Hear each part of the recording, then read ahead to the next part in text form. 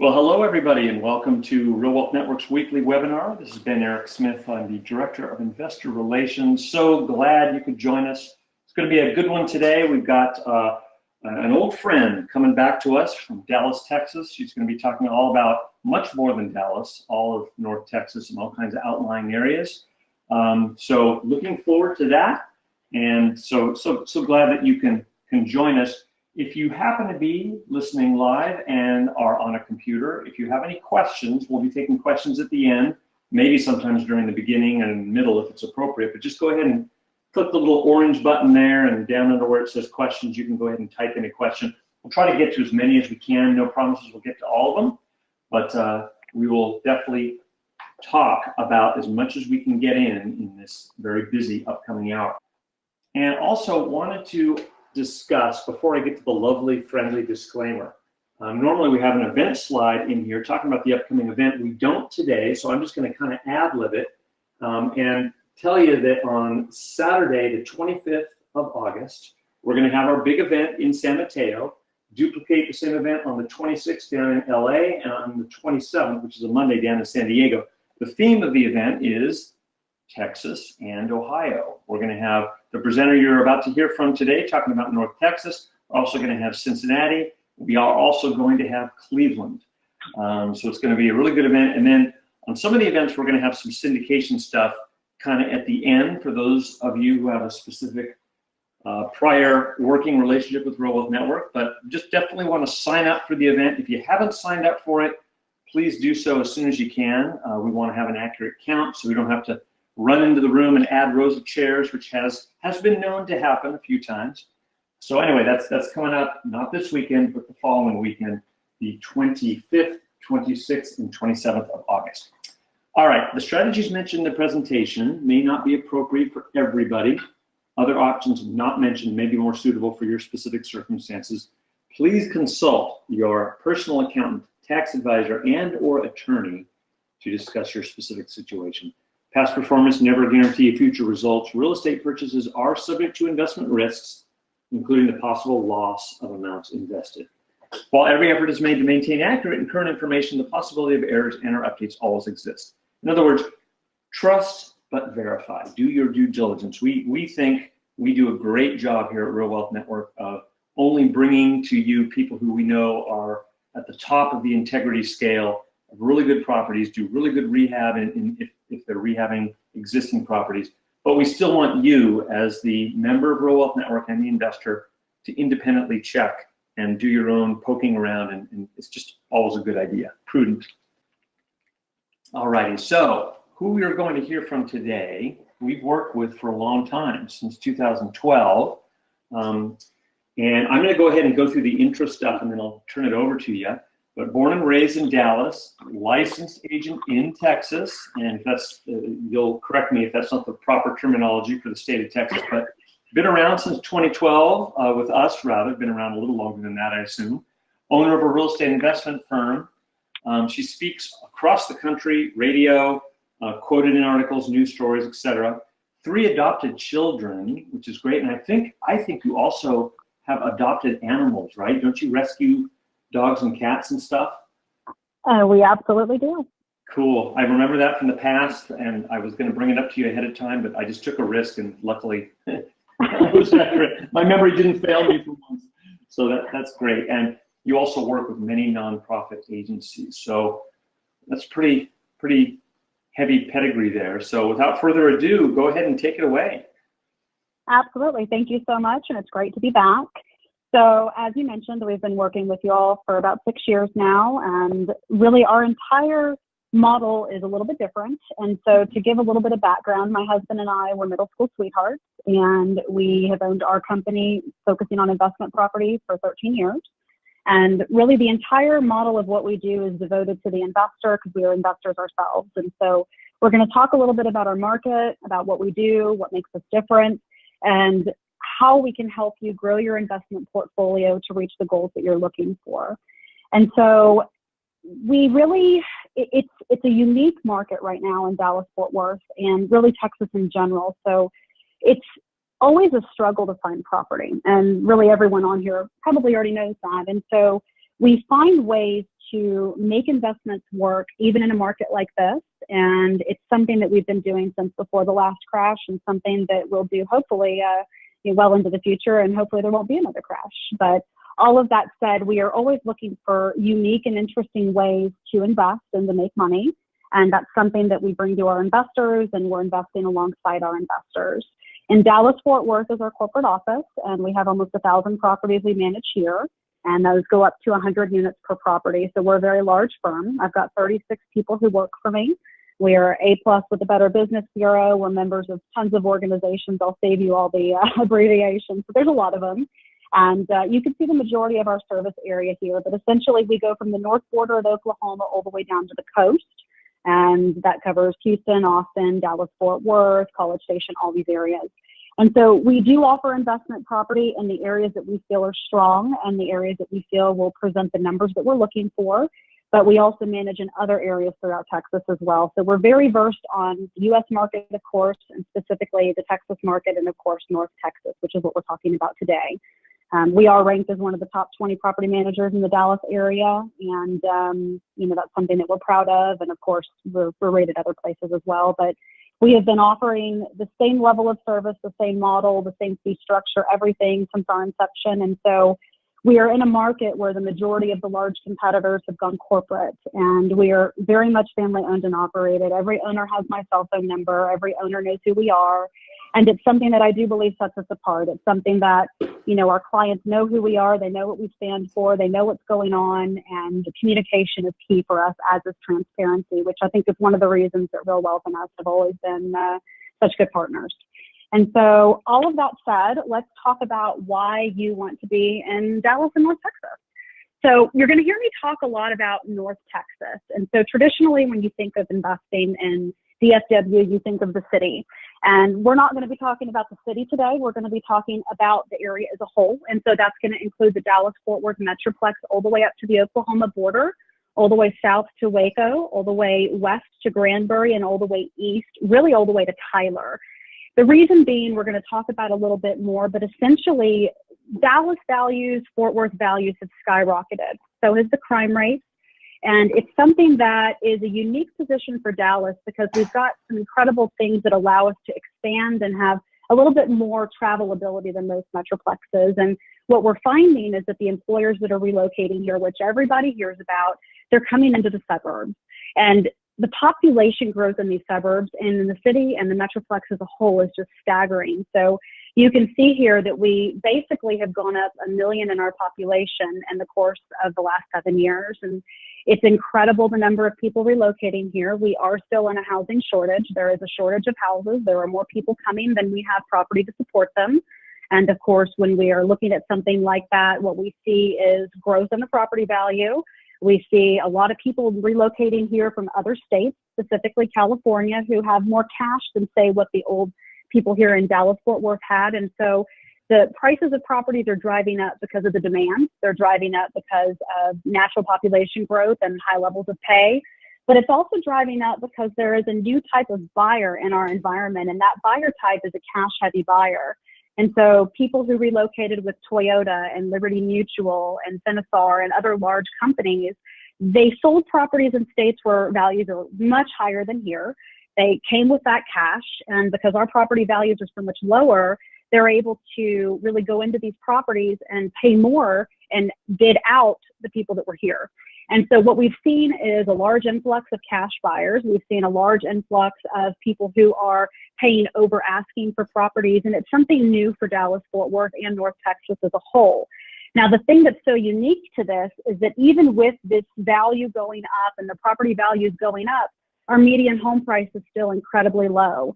And so it's a unique opportunity to be in a city and an area where, it offers so much opportunity in terms of a low unemployment rate, low cost of living, great jobs, but you still can buy affordable housing. And I think that really is the core of what makes North Texas so unique. It's a relatively stable environment compared to if you were to look at other major metropolitans. And I believe we're the 10th largest economy in the world. So there's some pretty amazing things that you get by being in North Texas. And so one of the things that makes this such a great rental market is that about only 50% of our owners are homeowners. And the other people who are relocating here are renting, or the people who live here are renting. And so if you look on the Tarrant County side, and that's going to encompass some other counties as well, about 40% of the people are renters. And then in Dallas County, about 50% are renters. And what we're seeing is that home ownership is at a 50-year low. And it's a good thing because, number one, lots of people wanting to rent properties, which when you're buying investment property, that's what you want. But it also is a good thing because there's so many people here that even the 50% that are still owners are going to be there, and they're going to be the owners that are buying when you're selling. And so it's a very healthy mix. And I think that as time moves on, I think we're going to see the home ownership drop even more. I don't think that we are preaching as much to the younger generations about owning property and investing and all the things that we all grew up doing and learning and nest eggs and preparing for the future. And I think that it's probably going to get worse before it gets better. And so it's fantastic to be a part of an organization like Real Wealth and other investment networks and groups and trainings that help us all understand the value of owning real estate. And in a situation like Dallas, where there's a shortage of houses, a lot of people are turning to renting, and it's something that they're renting houses, they're renting apartments, they're renting multifamily units. And so there's just a lot of opportunity, but still a lot of people buying and renting. And it's just a unique opportunity to be able to have investment property here. And eventually when you do sell, there's going to be a client base that's still large. And so that's something that we really like about this area. Now let's talk about businesses in Texas. So it seems like every day you turn on the news, especially here, and there's another business relocating here. Why is that? Statistically, we are one of the largest corporate headquarters in the world. There's over 10,000 corporate headquarters in North Texas alone. We've got 22 Fortune 500 companies. Our unemployment rate's 3.5% as of June. We have no state or corporate income tax. And then there's things like this Texas Enterprise Fund, which basically it's money to attract businesses to come here. And we've got our cities competing against each other. It's pretty incredible. And so, it started with smaller companies, and then we saw Toyota and Liberty Mutual, and now you've got Finisar opening a huge headquarters, taking care of the Face ID technology. You've got Google opening a data center. It's really incredible what's happening here in Texas. And there are actually more jobs than there are people looking for jobs right now. And so it's a pretty incredible opportunity to look at for an investment perspective, because that is exactly the type of climate you want to be in. And so it's one of the many reasons we love this area. I've got a quick question for you. This is about that 50% rents in Dallas County. Do you happen to know, and if you don't, it's okay, but what's the breakdown for that in terms of apartment renters versus single family? Any ideas or hazard a guess? I don't know that breakdown. There's, of course, I would expect going to be more apartment renters than there are single family.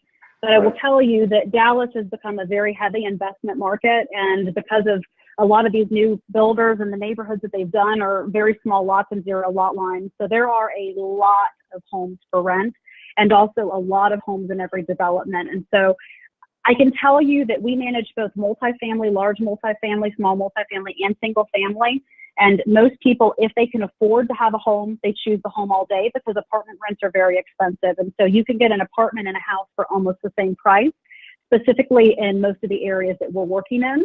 And if you go into the heart of the city, it's extremely expensive no matter what you do. And so, I can't tell you what percentage of each there are, but I can tell you that those people who come to us, and we've got a team of almost 20 people who do nothing but help people rent property, and they handle all of our listings and showings and all of that. Mm-hmm. And I can tell you that number one thing requested is to get into a home. And if it's something that's not financially able for someone, or because the market is so, hot and lots of people trying to get every property, then at that point they will go into a townhome or an apartment or something. And so definitely houses are the push right now. Got it. Thank you. Mm-hmm. So these are a couple of the corporate relocation examples. So Toyota went into the Frisco area right on the Plano line, and it's a whole little complex over there. That's where they put in the new cowboy training facility, tons of businesses up there. And there's a bunch of other businesses now that have relocated around them. What we see is that one employer comes here, and then other subsidiaries they work with come here, and then other companies that are competitors come here. And so it starts with one, and then the sphere just gets bigger and bigger and bigger. And then State Farm built an area called City Line, which actually I can see it out my window at the office right now. And it's basically a mini city for State Farm. It's pretty incredible, right on the Richardson Plano line. And so it's really quite incredible the things that are happening. Now, these both went to major metroplexes, but then you can look at things like Finisar with their new area that's up to the north in Sherman, one of the areas we're going to talk about, where immediately they hired 500 people, which, 8,000 people in the city of Richardson area is a lot smaller percentage than Finisar up in Sherman at 500. And so one of the things we're going to be talking about is why we target these outlying areas that are still driving proximity into the main metroplex, but also offer their own city centers and heightened development. So one of those unique type things we talked about. Now, of course, with all this business development and everything else that's growing here, we have to have this fantastic airport system, which is a major economic distribution hub. We're the third busiest airport in the world. It certainly is a driver of the economic growth in this area. It is the primary hub of American Airlines, which is the largest airline in the world. And then, of course, we also have Love Field, which is where Southwest Airlines is. So Dallas-Fort Worth Airport is so large, it's actually larger than all of Manhattan. So that gives you an idea of how large a space this is. And it's currently in expansion right now as well. And the thing that I like to talk about the DFW airport because it really speaks to the mentality of North Texas and the mentality of even when things go slow, we still develop, we still grow. And that's what we saw in the last recession. And it's something we're seeing right now. And during the 2008 recession, when everything was falling, and of course, North Texas didn't get hit nearly like the rest of the country did, and that was a completely different market than it is right now. But what we saw is highway systems being developed. We saw infrastructure being developed, and DFW Airport's a perfect example of that. They invested in airport expansion instead of cutting budgets and doing the things that the other cities in the metroplexes did. And I do believe it is one of the many things that set us up to succeed in the business climate we are right now. And it's that business-minded North Texas mentality that I really believe has gotten us to where we are. And of course, we're all hoping for the continuation of that. Now let's talk about infrastructure and expansion. I mentioned earlier how we're able to commute and be able to really get places in a different capacity than most metroplexes. Our miles of highways are what allow that. We have a lot of tollways here. We've got wide lanes, clean roads. And we have all of these horizontal and vertical highway systems throughout the metroplex, and not just in the heart of the metroplex, but all of our suburbs as well. And then we have all these loops that travel around the city to connect us inner cities, outer city, and then even into the outlying suburbs. And the majority of these are going to be tollways or redesigned highway systems. And what we've done a great job of doing is getting ahead of the growth. In the height of the recession, Anna Melissa, which is just north of McKinney, so just north of where all these employers were, had a major development project going on Central Expressway 75. And I remember having clients come in and ask me, why are they spending all this money doing all this expansion and everything? And my answer is the same then it is as now. Of course, now they're, another 20 minutes to the north doing their highway expansion. But the answer is they're getting ready for the people. And that's still what we're doing. We try to stay ahead of it here. And we've been able to do that. And so because of that, you literally can travel 70 miles an hour on these toll roads with almost no traffic.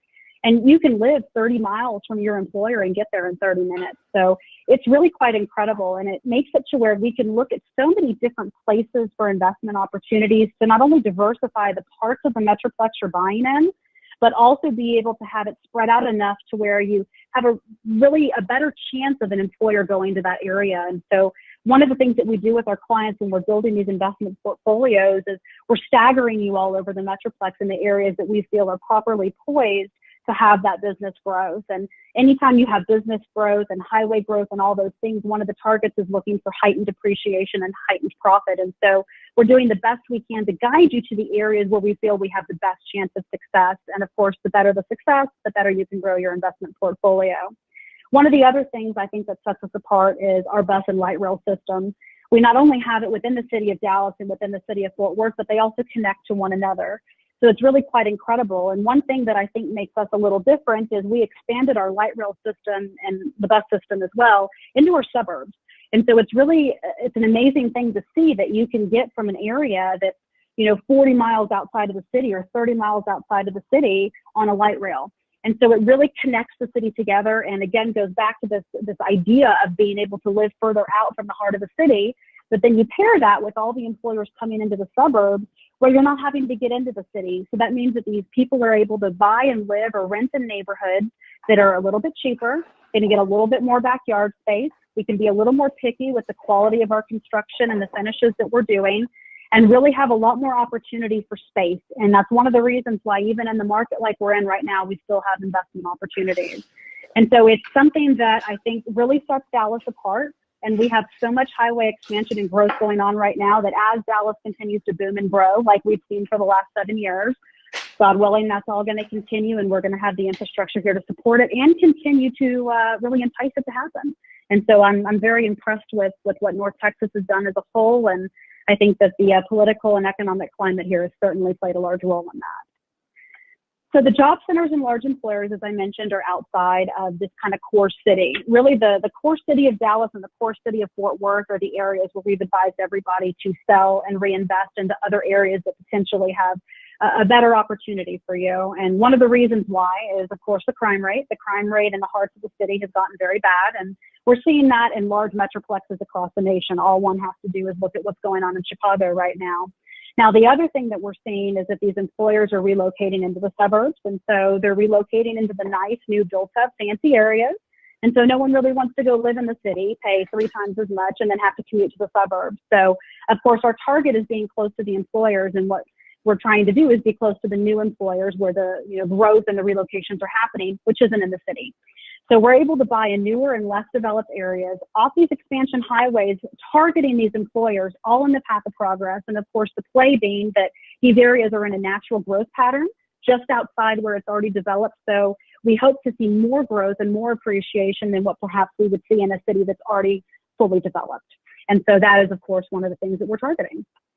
So the challenge is always going to be cash flow. Values have gone up. We've seen some huge increases. If you look here on this chart, we are talking about the last 6 years, and you can see that some of our values have almost doubled. Now, we've gone from, let's say, 105,000 to 180,000. If you look at a lot of areas of the country, you're probably talking they've gone from 225 to 600 or 225 to 500. So even when you're looking at these numbers and you're seeing how we've gone from, under 125,000 to around 200,000, that leads one to think, well, wow, can you still get property for 200,000 or less in Dallas, Fort Worth, and North Texas? And the answer is yes. And this goes back to what I was talking about earlier, that even though our values have gone up, there still is affordable housing here. And a lot of the areas of the country that are so high and so developed right now don't have the ability to buy property that cheap, and certainly not in the business climate we have here. And so that's one of the many things I think that has driven so many people not only to relocate here and so many employers to relocate here, because they can pay their employees the same and people can live like they earn 3 times the income because of our cost of living. And part of that goes back to housing prices. And so this is a very good thing to continue to target people to relocate here and entice businesses to move here. So the median monthly rent, this is where the cash flow problem goes into play. So we've seen the last couple of years an average of 10% appreciation. The Dallas Morning News, our main newspaper here, tracked 48 neighborhoods in North Texas. And basically what they looked at is in the last 12 months, how much growth did you see? If you looked at some of the areas in Dallas County, they saw 30%. Those are those real high crime areas I talked about where we're recommending people sell and reinvest. But then you look at some of the outlying areas and they're seeing 10, 15%. And so what we saw was this average of at least 10%. And if you look at that 10% increase each year relative to the rent value increase, which is on average about 3%, 2.8 to 3% in most areas, what happens is every year you're essentially losing about 7% of your return. Why is that? Property taxes, as values go up, property taxes go up, insurance costs go up. And still many of the areas we're buying in, the rebuild cost is more than the purchase cost, especially in the areas we target where we're buying these very affordable new construction homes, which we'll talk a little bit more about that in a moment. And so one of the things that we talk about with people is you have to make sure you're watching this cash flow struggle, because the longer you hold onto the property, the more equity you've got in the home, the more expenses are going up, but rents aren't going up at the same rate. And so it's always important to keep an eye on that cash on cash return. And each year when we're managing the property and the lease is coming up for renewal, one of the things we're looking at is where is the rent, where is the value, what do we recommend you do with your portfolio? And so part of being proactive and being the all-in-one shop that we are and being licensed agents instead of someone who's buying the homes, owning them, and selling them back to you is we're looking at this whole process. We're making recommendations to you on that process. And that way we can make sure you know, A, what's going on with your properties, and B, what's going on with the market, so you can make the best educated decision about how you want to continue with your portfolio as we keep seeing the market change. So where do we invest for cash flow? Along highways, obvious reasons, what things we just talked about. Cities with their own employment centers, but close enough to drive to other employment centers. Exactly what we talked about. Redevelopment in growing areas, and close proximity to schools, colleges, etc. One thing that is unique to Dallas and Fort Worth as well is the number of colleges we have here, specifically community and liberal arts colleges. There are about 12 suburbs that we sell with our investment property that have colleges in them. And the target, you would think it's college students, but it's really not. It's all of the infrastructure and the people who have to support those systems.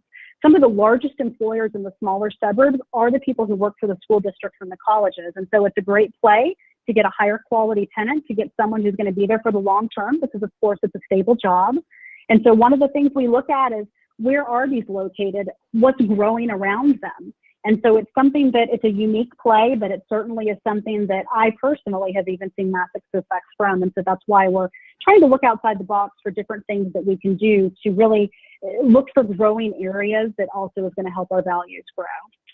Mm-hmm. So these are some of the territories we're going to be talking about today. And so on the right side, this is Greenville, and this is where L3 Technology is. There's been a lot of growth and development there and lots of relocation, of course. And so this area is about a 20-25-minute drive into the heart of McKinney, which you can see is in the heart of Dallas and all this relocation area for the employers. I actually personally bought 3 properties in Greenville last year, and I'm extremely happy with those. And then if you look to the north, you're going to see Sherman and Denison, which are twin cities, they're sister cities, and they're just north up 75. All 3 of these areas have their own employment centers, but are also driving distance into the Metroplex. I also bought 3 properties in Sherman Denison last year. So these are areas that I'm a big believer in, of course. And as I mentioned earlier, we invest right alongside you. Often we buy first, try out the area, make sure we like it, and then of course we bring it to you. So these areas all have their own employment centers, as I mentioned. L3 is the largest in Greenville. Now Sherman and Denison, this is where that Finisar expansion was I just mentioned.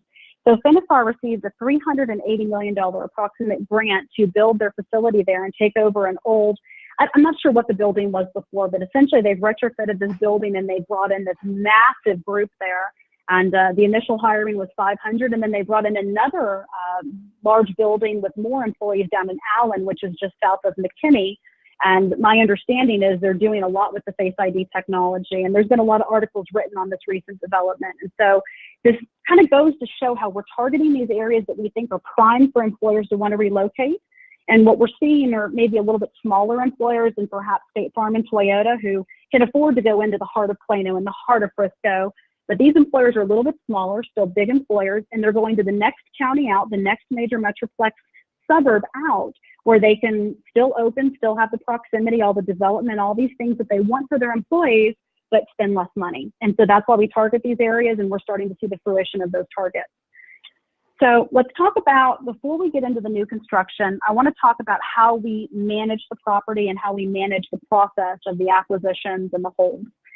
Everything that we do is designed around protecting the property, protecting the integrity and the condition of the property, and keeping it in a position where when you're ready to sell, it's ready to go. So day one, the moment you close, we are marketing the property, finding a tenant. Our management fee is 6.5%, that's all inclusive. To find the first tenant, our fee is 75% of the first month's rent. And of that 75%, we're paying a large percentage out to another agent. And so what we're doing is using full MLS marketing, just like if you were buying or selling a property, to entice the largest number of people. Now, as I mentioned, we've got a large team of people who do nothing but show our rental properties. Why is that? Number one, we have so many. And number two, because so many people come directly to us because of our size. We do offer a 4-month new tenant guarantee on every tenant we place. We also have a program that you can opt into that's called eviction coverage. And basically you pay a small monthly fee and it covers the cost of an eviction should one ever arise. But of course, that's completely up to you. When the lease comes up for renewal, 90 days out, we're going to approach you, as I mentioned, and we're going to talk about where the value is of the property for rent, what the market's currently doing, and decide how you want to handle the property. We do a 2-month re-renting period in all of our leases. So if you decide to give notice, or if they give notice, we have the 2 months at the end of the lease to remarket the property and seek a new tenant. And this is one of the many ways we keep your vacancy rate down. The way that we make it able to be leased and shown during that last 60 days is we do quarterly visits at all of our properties. So what that means is our best tenants are going to see us approximately every 3 months for a full interior and exterior visit, checking on the property, looking at the condition of the property, And then any damages or issues we find at the property, we're going to send you the full report with photos and notes, and we're going to cite the tenants to fix those items. If the tenants don't fix those items, we're going to do it and bill the tenant for it. At every single walkthrough, we're checking all of the smoke detectors to protect you. We're checking the air filter to protect the HVAC system. If the filter is dirty, we keep all standard sizes in our company vehicles, and we change it while we're there, bill it back to the tenant. Same thing with smoke detector batteries. And so because of that, we're making them fix these things during the lease. When it comes time to re-show, we've really done everything we can to protect the property and make sure that it's in good condition to rent out again. Other thing that we have in our leases is you can list for sale at any point during the tenancy. And by keeping the property in good condition, if you decide that it's time to sell a property, or if we make the recommendation that you might want to sell and reinvest in other areas, we can do that at any point during the lease, and we often sell with tenants in place. We have a whole team at our company who does nothing but that. We don't charge any upcharge on overseeing repairs. So if we hire a contractor to do something, it's no extra cost to you. All you pay is the actual amount of the repair. We also have 3 people on staff who basically are handymen and can do all minor repairs in-house. And of course, that's always going to be the best value for you. We ACH payments at the beginning of the month once rent payments clear, so we're not holding them throughout the month. We also can pay your IRA, or if you have a trust or something funds need to go to, we can do that as well. And then going back to our kind of method of transparency, you have access into the same management system that we use and that the tenants use. You can pull real-time reports up to date 24/7, view all of your document and invoice copies, all of your billing information. You can see whether your tenants have paid rent, the current lease status, all the information you need right at your fingertips. You never have to wait for us to send you a statement. And so this is everything that's inclusive in our property management. And if you have more questions about that, once you've been connected with us, we can certainly discuss that more in depth. Now, let's talk about what we're selling, because our model is a little bit different. We sell 95% new construction. We sell single family, duplex, small multifamily being 4 to 10 units, and then large multifamily. The majority of our investors are in the 10 and under unit count, and it's something that we really are a strong believer in. I myself in the last year have bought a 6 unit, a 4 unit, duplex. We're very spread in the types of investments that we do. And so it's something that a lot of investors haven't thought about, small multifamily or looking at new construction and single family. And it's something that when you come to us, we're going to handhold you. We're going to talk to you about the pros and the cons. We're going to talk to you about the areas. We're going to talk to you about what you currently own, what your goals are, what your financial situation is. So every single client, that's something that we're going to talk to you about. So when you reach out to us, I want to make sure that you know the details of what you own, know the details of what your goals are, all those types of things, so I can give you the best guidance. Every investor works with me directly, and we talk directly, make recommendations directly, do contracts directly. So I also don't want you to feel like that you're going to get me here today, and then when you come to us, you're going to be put with somebody else. So my husband and I are the direct points of contact, along with our assistants, for every single thing that we do here with the new construction and investment sales. Why do we target new construction? Number one, I love builder warranties. One of the big things we look at as investors is cash flow, and one of the ways to protect cash flow is to minimize your repair costs. So the builders that we work with, most of them offer a 1-2-10 warranty, which means a 1-year everything, 2-year systems, and 10-year structural. In addition to that, we work with a third-party home warranty company that you can opt into for years 2 to 5. It's just over $700 total for all 4 years, and that covers the systems in the home for up to 5 years.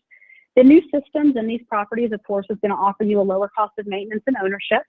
It targets developing areas because of the new infrastructure and the heightened growth. So when we're targeting these areas that are being redeveloped with money infrastructure being thrown in and all these things, targeting the new construction is a great way to get in at the beginning of the development, and often you can also buy in at the beginning of a neighborhood's development or an area's development before prices increase.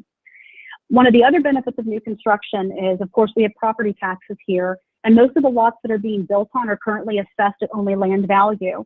So what that means is until January 1st of the following year, your tax value is land value, which is a very low property tax bill. So depending on the time of year you build in, the time of year you close in, and what county you're in, you potentially could have up to a year of discounted property taxes, anywhere from $300 to $400 a month. So it's a huge savings. And so for all of those reasons, new construction is a great target for us. Personally, about 70% of the properties that I buy are new construction, so I'm a big believer in that. I want to ask one real quick thing, since you were talking about property management. It all is in-house, like you do all the property management in-house, correct? That's correct, yeah. So we are all one company and all one point of contact. And as I mentioned, we've got 36 people on our team. And our corporate office is here in Plano in North Texas. And then we have sub offices throughout the state for the management in those other areas. Gotcha. Okay, perfect. That's important to some people. It makes sense. And yes, I will read through. This is essentially just another one of our wonderful disclaimers. This is a new one, but this is pertaining specifically to, the way the pro formas are written and how much reserves you have. So I'll just go ahead and read through it. Real Wealth Network is an educational company only, doesn't act as a real estate broker. We're hearing from the broker. We are an educational company, and the information listed on this page was provided by the property owner, or in this situation, you. But that's okay. All information is deemed to be reliable but not guaranteed. And here's the crucial part. It's the responsibility of a prospective buyer to confirm the accuracy of any pro forma, including rent ranges, third-party inspections, appraisals, before purchasing any property. That would also include taxes and insurance. It's also recommended that buyers set aside reserves for potential vacancies and or maintenance costs. Now, typically, that's calculated between 3 to 6% of rents. So $30 to $60 a month if it was $1,000 rent, and you just do the math. We're here to answer your investor questions. Now, in the situation of most of the stuff that we're talking about today is new construction. So obviously, especially with the builder warranties and then the 1-2-10 warranty that she was discussing, then the maintenance costs are going to be very, very low. I mean, $700 for all 4 years. That's great. But anyway, so there's our property disclaimer. So go ahead and move on. Okay, so before I go into the properties, there is one more point that I want to make sure everyone's clear on here. We are a real estate firm, a real estate investment firm specifically. And so I want to let you know our state is very strict about kickbacks and referrals and all those types of financial compensation. So one of the things I always make sure clients know is we cannot receive a referral fee, a kickback, or any type of financial compensation from someone without disclosing that to you. Why am I telling you that? It's important to know because we have no relation and no involvement with these builders. These are people that many of which we have exclusive relationships with for getting the properties in terms of having access to sell them to you. But we are acting as your buyer agent. We are representing you. We have no representation over the builders. We have no financial kickback from the builder. We are only being paid our buyer agent commission at closing. It's important to you because you know that our fiduciary duty goes to you and to nobody else. And so when we're looking at these properties, when we're discussing the properties, all of that is part of our relationship of representation. So it's a little bit different. It's like you buying your own personal home, except you're getting to shop with an agent for investment. So let's talk about Sherman. This is that fantastic area where Finisar just did their announcement. And this is one of the new construction properties. Now, I actually bought a property with this builder, and it's been one of my favorites. They're so cute. And you can't really see the interior pictures here, but they do things like crown molding throughout, naughty alder cabinetry, granite countertop, tile wood flooring throughout all rooms but bedrooms where there's carpet, ceiling fans in every room. When we look at these builders, what we're looking for is the lowest cost of ownership possible. And so one of the things that we're doing with these builders is making sure that it's ready to go so that you can close and have nothing you have to do, but they're putting in materials that are going to have longevity and life that are going to last. So granite countertops, something that's going to be a lot harder for a tenant to destroy. Tile or vinyl wood flooring, a lot easier to maintain and keep than a carpet. And so all of these things are the things that we're doing when we pre-qual these builders long before we ever bring them to you. If there's something that a home needs, like if a builder's not going to include a fence or blinds, we're going to tell you that and give you the estimated cost for that. But most of the builders we pre-negotiate with, and all of that's already going to be included. Now, one thing before I go into more specifics on this, I want to tell you how it works to get on our list. Once it's something that you're interested in, you're going to reach out to Real Wealth Network, and then they'll put you in touch with us. We're going to send you over our welcome packet with a DocuSign. And in that DocuSign, it's going to talk about the non-disclosure, which is going to tell you that all of the information and the properties we give you are confidential and it can't be discussed with anyone who's not signed an agreement. Once you sign that agreement, then what's going to happen is you're going to get access into our Dropbox. And in our Dropbox, there's an available list of every property we have. As of today, we have over 70 properties on our list. So we have lots available.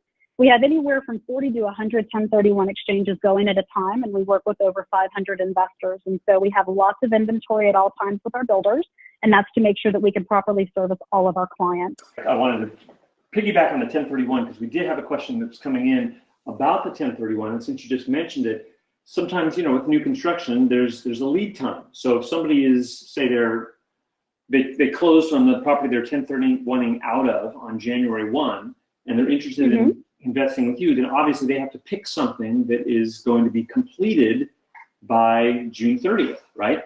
That's right. Yep.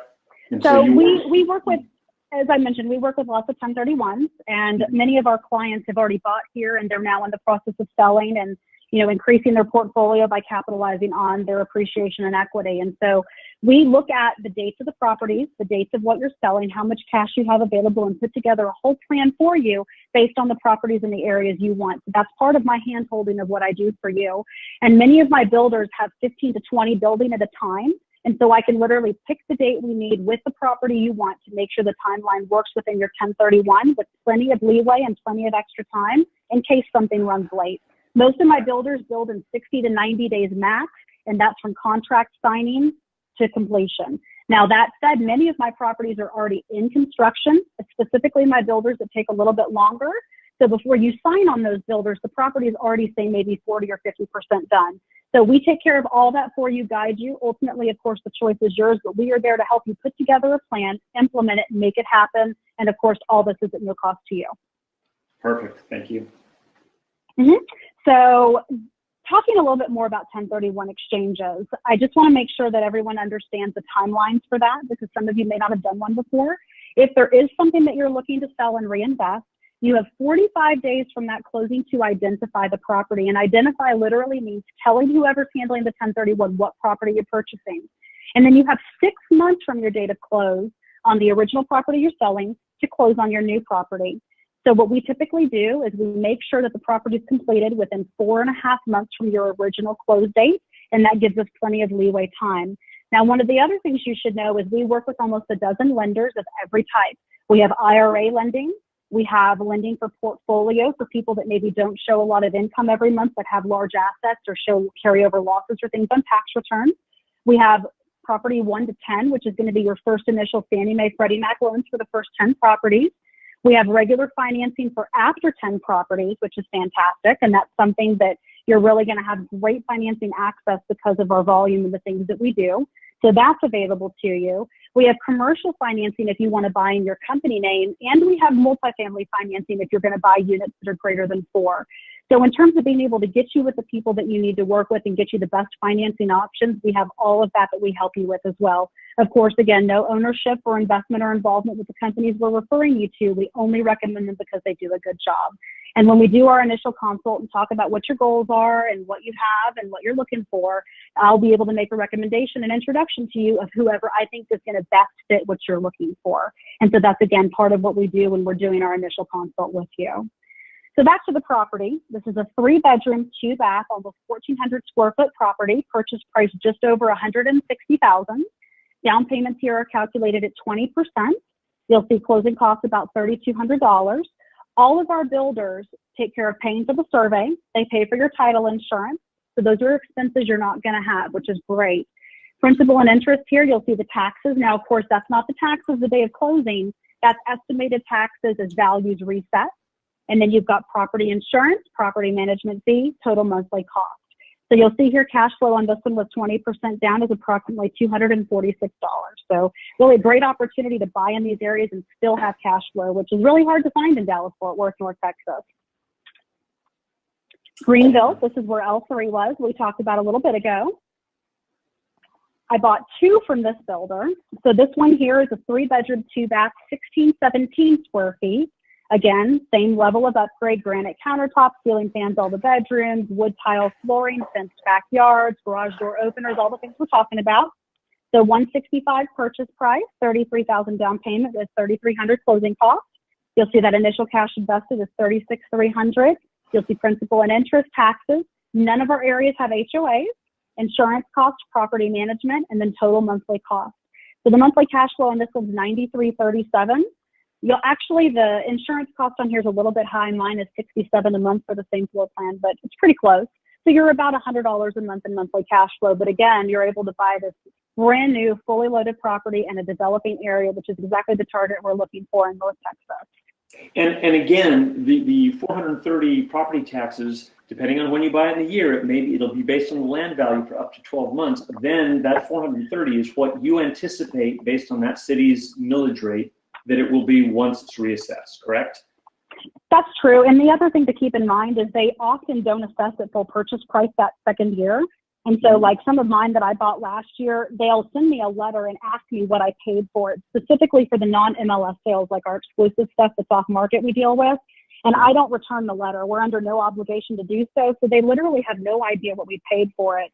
And in those cases, I've actually had tax appraisals come in 10, 20, 30,000 below what I paid, which keeps that bill down too. So it doesn't necessarily mean that it's going to assess the full value, but we put that number in there because we always want to make sure that we under promise and over deliver and not, be caught on the back end with a higher tax bill than what we're expecting. We also have a property tax agent we work with that will recommend to you when you come on board, who will fight those tax values down for you. They don't charge a fee to do that. They only charge a fee if they win. And I believe his fee is 30% of savings or 25% of savings. I'd have to look. So if he saves you $1,000 on your tax bill, you're just paying a portion of that savings. But if he doesn't save you anything, you're paying nothing. And so we definitely recommend to all investors, specifically in North Texas, where values have historically the last few years been going up, to make sure you have someone there to do that so that you can pay as little as possible on those property taxes. So this is in Denison. This is the city just to the north of Sherman. Purchase price on this is $136,350. This is again with 20% equity. You'll see here total cash invested just under $30,000, principal interest, no HOA, taxes again once assessed, total monthly cost, and then the monthly cash flow here of $235.50. This is a beautiful property. This one's actually a brick front. A lot of the properties in Sherman Denison are siding. That's kind of the look out there. And so there really isn't a price difference between brick and not brick, other than it costs the builder a little bit more to build, but it's all about what street you're on and what neighborhood you're in. This is another great builder, great property, fully upgraded, same feature level of what we talked about with the other two. So what these really show you is that you've got these fully upgraded homes that look just like homes that you would probably live in yourself. So it's going to be a great target and something that appeals to the people that are looking at these properties. And they're in growing, developing areas where you can get in at still a reasonable price. And so one of the things that people always ask me is, well, how do you have properties for $136,000? And my answer is usually this. If you're looking on the open market with a regular agent, you're going to have a really hard time finding anything like this. This is why we've worked all these years building these relationships with these builders, making sure that we have this product to bring you. And one of the ways the builders make money is if they're selling on the open market, maybe they could get another $20,000, but they're not going to be able to sell nearly as many because they're not going to be pre-sold. They're not going to have the volume, all these things. So a lot of the builders that we work with, they started only building 2 or 3 at a time, and now they're building 20 or 30 at a time. And so it's a mutually beneficial relationship. And of course, our relationship with them helps benefit you because you have access to these properties, same ones we're buying.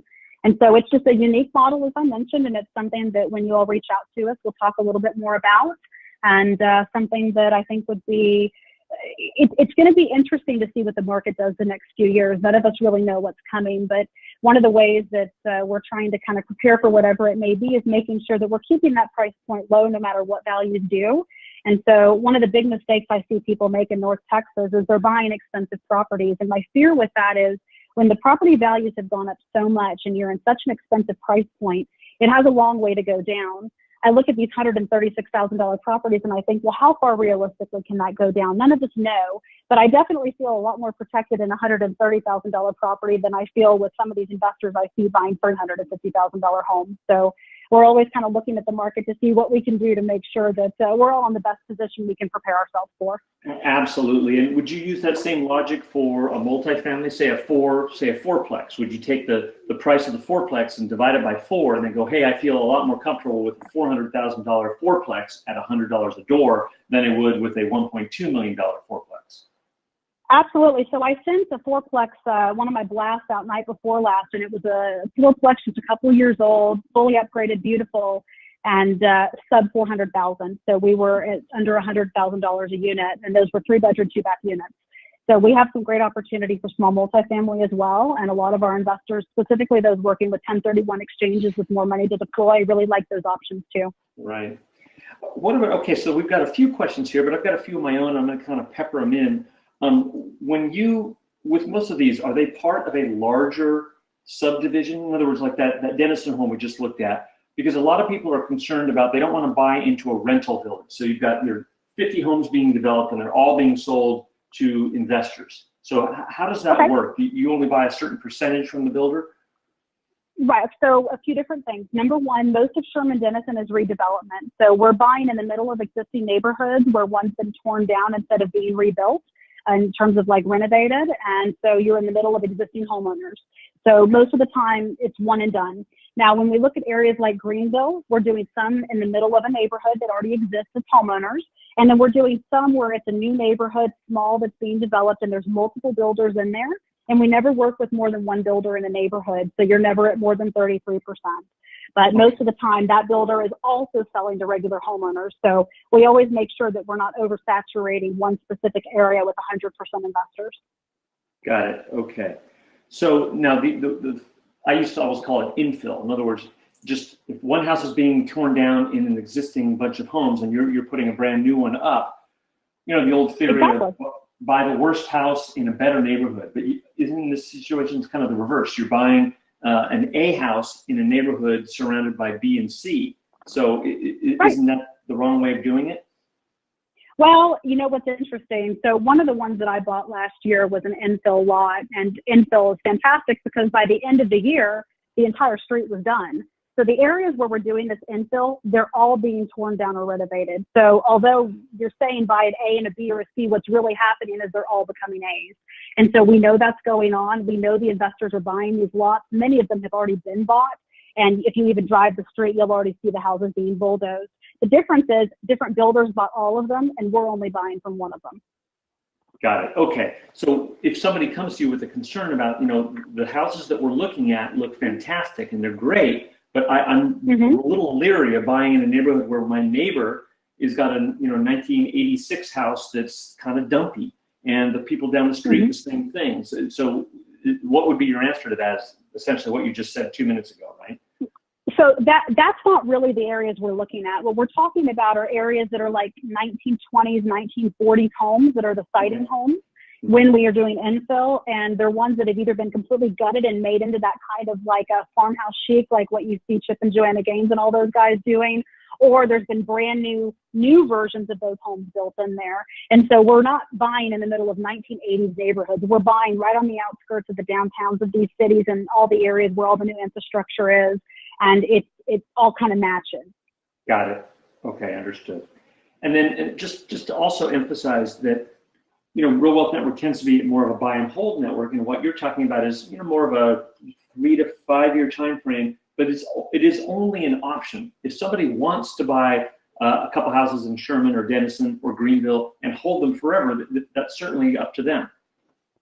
That's correct. So one of the things that we've been doing historically, and we've really done this from day one, is when we see the equity in a property reach a certain point where you can take that equity and turn one property into two with no extra cash out of pocket, that's always going to be our recommendation so that you have two properties that are potentially appreciating and cash flowing.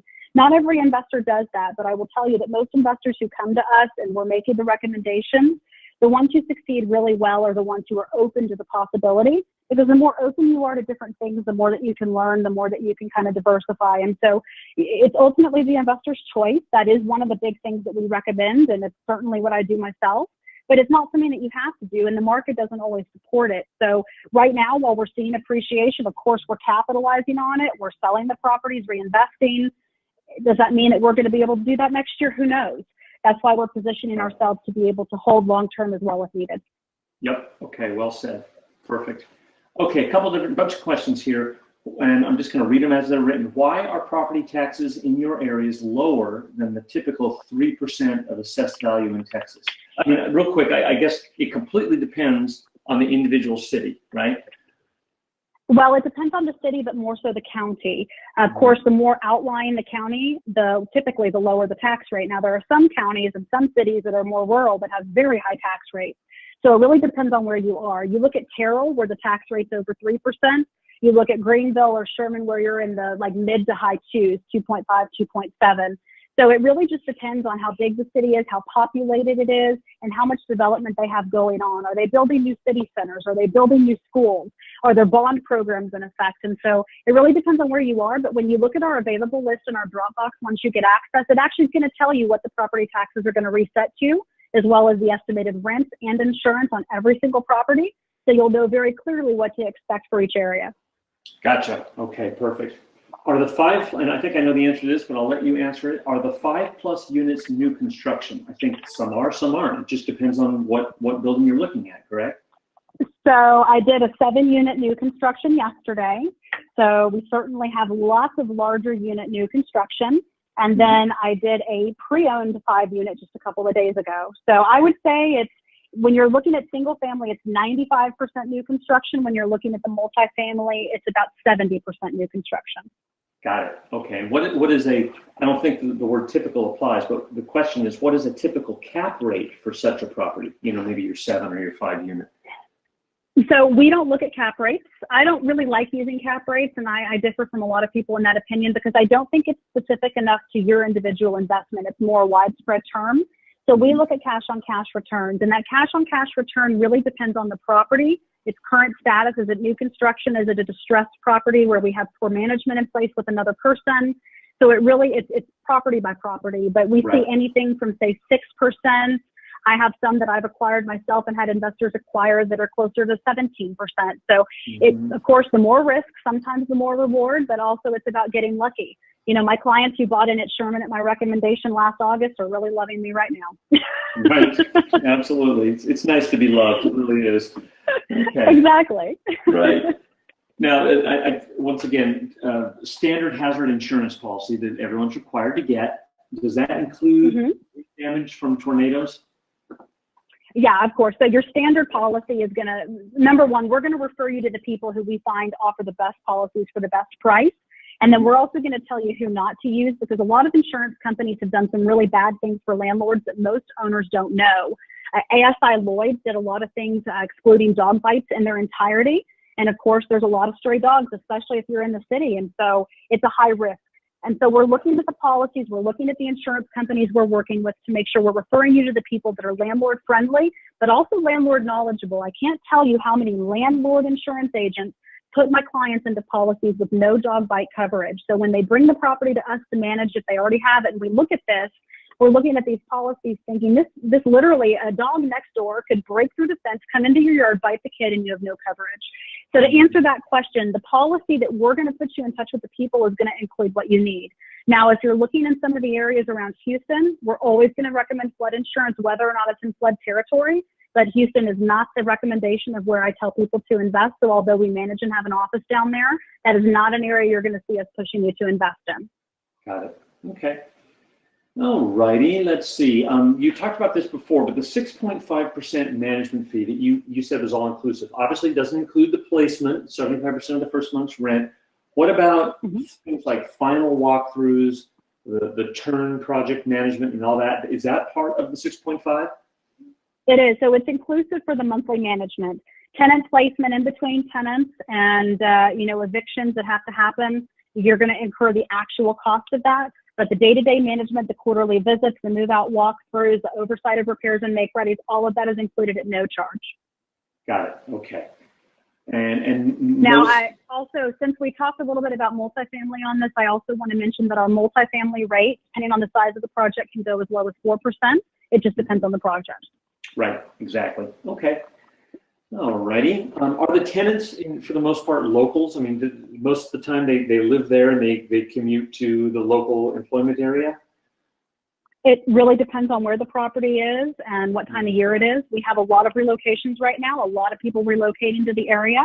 I would say it's probably, if you're looking in Sherman or Greenville or even down in Ellis County with everything going on in those 3 areas, you're probably about 60% local, 40% relo. And if you're looking in winter months when people tend not to relocate as much, you might get higher into the local category. It really just depends on what's gone on in that city for the last, month or two before that time period. We also tier all of our leases into prime season. That allows us to have a better ability to get higher rents and lower vacancy. And so it's one of the things that also helps us when the relocation is happening. It's often during summer. And so we're targeting the maximum number of people in these areas. Okay, gotcha. All right, 2 quick, we're just about out of time, but I want to get a couple more quick questions in. How long does an eviction take and what does it typically cost? So most of the time we don't get to eviction. Our eviction rate on tenants that we actually put in is less than 1%. We do a lot of things to avoid eviction and it would take a lot longer than we have to talk about it, but negotiated re-renting, showing it while the tenant's still there and releasing them as of the date a new tenant moves in, charging extremely high late fees up front and then rewarding them for coming to us in advance of being late and paying the portion of the rent for the month used that they're going to be late. So if they can't pay till the 15th, they have to pay half the month on the 1st, half the rest on the 15th with late fees. So we have a lot of things in place to avoid getting to eviction court, but many people hire us to go to court, or, sometimes the inevitable happens, somebody dies, loses a job, whatever. And from the date that we file that eviction, the case is heard within 21 days, typically a little bit faster. And then if they don't appeal within 5 days, we file a writ of possession if they don't vacate, and then the constable sets them out with a moving crew that we send. So the eviction timeline is pretty fast here, and it's really not an expensive process, but the goal is to never get there. Right, exactly. 90% of the time they end up ponying up before you get to that point anyway, which is good. That's exactly right. Yep. Okay. And how long does it typically take for a home to rent? I know that's a very general question, but do you find it? It is. Pretty quickly? It depends on time of the year. It depends on where it is. Most properties rent easily within 60 days. I have some that rent 24 hours after closing. I have some that maybe take a month. And one of the things when we're talking about areas, we're going to talk about that too. And then, of course, as I mentioned, we're tiering all of our leases into prime season. And so even if you're renting, like say you buy something in November, we'll either do like an 18-month lease to get it back into prime season, or you could even do a 6-month lease and charge a premium on the rent to get it back into prime season. So we're always tiering things back into that best time of the year. The reason that we do that 2-month free renting period is we find that even the most challenging properties will lease within 60 days, so long as owners do our recommendations. The owners that refuse to do reductions or fight us on them, or don't want to look at pets, which like 80% of Texans have, those are the owners where we see things sit, specifically people who bring us properties that they maybe have an emotional attachment to or things like that. But in terms of the areas that we're talking about here and the product that we're selling, because we do so many in these cities, we have a really good idea of where to list them and what to do. And then every week we're updating you on showings and what the feedback is.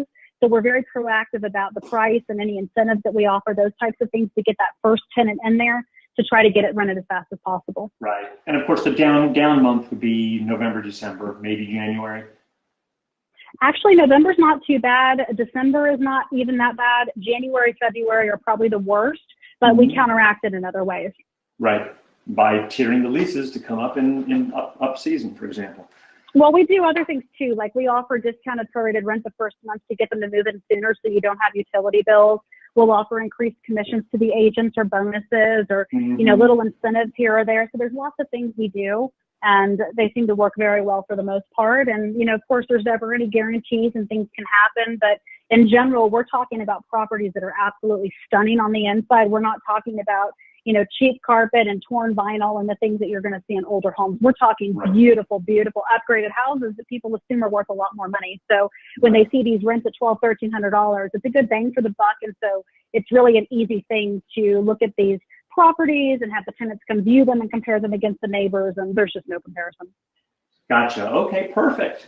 All right. Well, thank you so much. What is next? So essentially, most of you listening to this message or this webinar today have an investment counselor.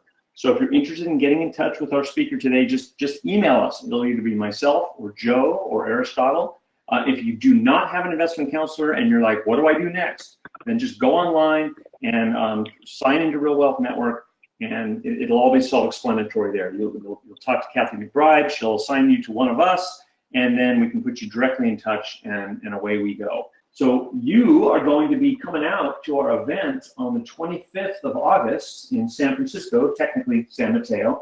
I'm only doing San Francisco. So essentially, San Francisco is going to have you as well as Cincinnati and Cleveland, and then we're probably going to do something regarding syndications as well. And then we're doing a San Diego and LA event that will have Cincinnati and Cleveland.